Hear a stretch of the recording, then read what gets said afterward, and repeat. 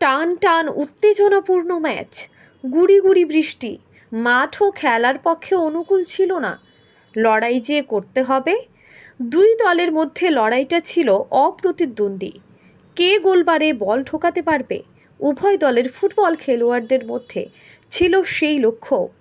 Football খেলোয়াড়দের পায়ে পায়ে বল, থ্রু থেকে শুরু করে বল পাস দেওয়ার দক্ষতা যেন দেখার মতো উভয় দলের। অবশেষে 2-0 গোলে জয় হাসিল করে নিল বিলোনিয়া 1 নং টিলা হইচই। রবিবার বিলোনিয়া বিদ্যাপীঠ মাঠে বিলোনিয়া ওরিয়েন্টাল ক্লাব আয়োজিত প্রাইজ মানি নকআউট ফুটবল টুর্নামেন্টের দ্বিতীয় সেমিফাইনাল। টুর্নামেন্ট হয় জিরোতলি বনাম বিলোনিয়া 1 নং টিলা হইচই। খেলার প্রথমার্ধে 19 মিনিটের মাথায় বিলোনিয়া 1 নং টিলা হইচইয়ের পক্ষ হয়ে প্রথম গোল করে নাংবা। জিরোতলি অনেকবার গোল দেওয়ার সুযোগ পেল, আর পারেনি হইচইয়ের অপ্রতিরোধ্য লড়াইয়ে। প্রথমার্ধে কোনো গোল আর হয়নি, উভয় দলের গোলবারের দিকে বল গড়াতে থাকলো। 45 মিনিটের মাথায় হইচইয়ের পক্ষ হয়ে পারভেজ আরেকটি গোল করে। মোট 2টি গোল করে ফাইনালে বিলোনিয়া 1 নং টিলা হইচই। আগামী রবিবার বিদ্যাপীঠ মাঠে অনুষ্ঠিত হবে oriental prize money knockout football টুর্নামেন্টের ফাইনাল খেলা।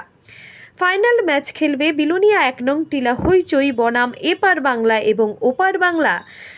খেলা শেষে ফুটবল টুর্নামেন্টের কমিটির কনভেনার নেপাল চন্দ্র সেন সকলের সহযোগিতা কামনা করার পাশাপাশি খেলা উপভোগ করার আহ্বান জানান। Bureau report, digital Tripura.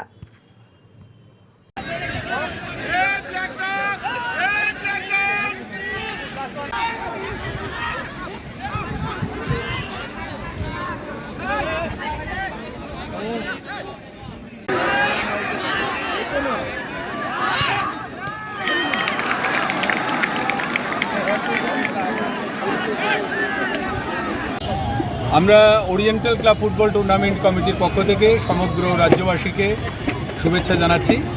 আজকে আমাদের বিদ্যাপীঠ মিনি স্টেডিয়ামে দ্বিতীয় সেমিফাইনাল অনুষ্ঠিত হয়েছে।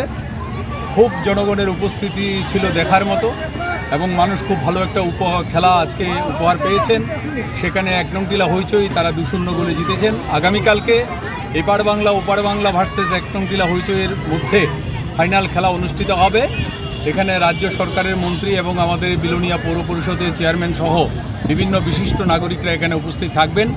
আমরা ক্রীড়াপ্রেমী সমস্ত মানুষের কাছে অনুরোধ করছি, আসুন আগামীকাল দুপুরে বিদ্যাপীঠ মিনি স্টেডিয়ামে আমাদের ক্লাবের দীর্ঘ প্রতীক্ষার যে প্রহর সেটা শেষ করে আমাদের যে ফাইনাল খেলা সেটা অনুষ্ঠিত হবে। আপনারা সবাই সহযোগিতা করবেন, আসবেন, খেলা দেখবেন, এবং অবশ্যই আগামীকাল একটা ভালো উপস্থিতি এখানে জনসাধারণের হবে সেটা আমরা আশা রাখছি। এবং মিডিয়া বন্ধুদেরকেও আমরা অনুরোধ করব আগামীকাল আপনারা থাকবেন, এবং আপনাদের মাধ্যমে আমরা সমগ্র ক্রীড়াপ্রেমী রাজ্যবাসীকে সাদর আমন্ত্রণ জানাচ্ছি। ধন্যবাদ, নমস্কার সবাইকে।